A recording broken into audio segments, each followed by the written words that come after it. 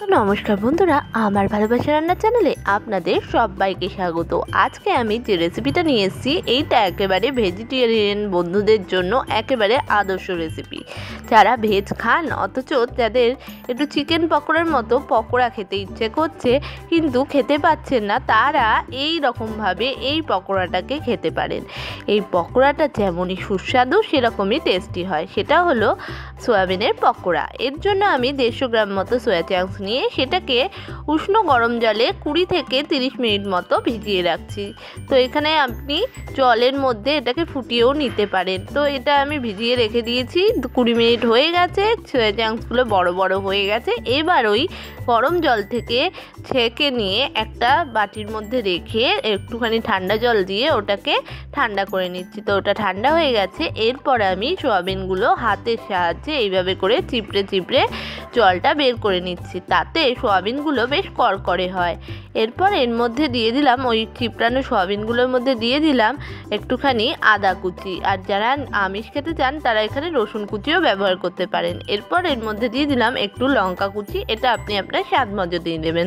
আর দিয়ে দিলাম একটুখানি হলুদের গুঁড়ো, রোস্টেড ধনে জিরে গুঁড়ো পাউডার, আর দিয়ে দিলাম একটু পরিমাণ মতো হলো গোলমরিচের গুঁড়ো। এর জায়গায় আপনি শুকনো লঙ্কার গুঁড়োও দিতে পারেন, আমি অ্যাভয়েড করছি কারণ আমার অত পছন্দ না, তাই আমি এখানে গোলমরিচের গুঁড়ো দিচ্ছি। এরপর দিয়ে দিলাম পরিমাণ মতো নুন এবং মিষ্টি। নুন মিষ্টি না হলে স্বাদটা ঠিক ভালো হয় না।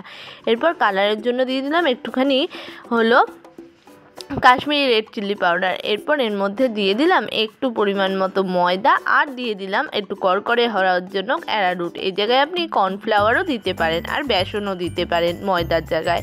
এরপর এর মধ্যে দিয়ে দিলাম একটু পরিমাণে টক দই। টক দই জিনিসটাকে বেশি ময়েশ্চার করে। এরপর এর মধ্যে দিয়ে দিলাম পরিমাণ মতো একটুখানি ধনেপাতা কুচি, যার পছন্দ নয় সে অন্য কোনো পাতাও এর মধ্যে অ্যাড করতে পারেন। এরপর এর মধ্যে দিয়ে দিলাম চাট মশলা একটু চটপটে হওয়ার জন্য। এবার সমস্তটাকে এইভাবে হাত দিয়ে মাখিয়ে নিচ্ছি। এর মধ্যে কিন্তু আমি কোনো রকমের জল ব্যবহার করিনি, ধুয়ের জলে এই সমস্তটা ভালো করে মাখা হয়ে গেছে। তো এটা আমি সুন্দর করে মেখে নিয়েছি। এবার কিছুক্ষণের জন্য এটা আমি রেস্টে রেখে দিলাম।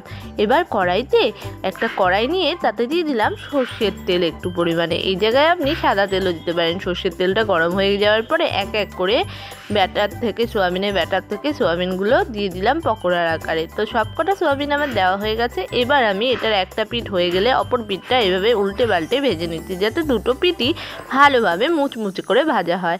তো দুটো পিঠ যাতে ভালো করে ভাজা হয় সেই জন্য আমি গোল্ডেন ব্রাউন করে ভালো করে ভেজে নিয়েছি। এইবার আমি এগুলোকে তুলে নিয়ে আপনাদের কাছে ফেরত আসছি। তো এবার আমি এটাকে সার্ভ করে নিচ্ছি। তো তৈরি হয়ে গেছে আমাদের শীতের সন্ধেবেলা স্ন্যাক্স রেসিপি, সেটা হলো সোয়াবিনের পকোড়া। এবার আমি এটা টেস্ট করে দেখব এটা ঠিক কতটা দারুণ হয়েছে। এটা জাস্ট ইয়াম হয়েছে, বোঝাই যাচ্ছে না এটা কোনো নিরামিষ সোয়াবিনের পকোড়া।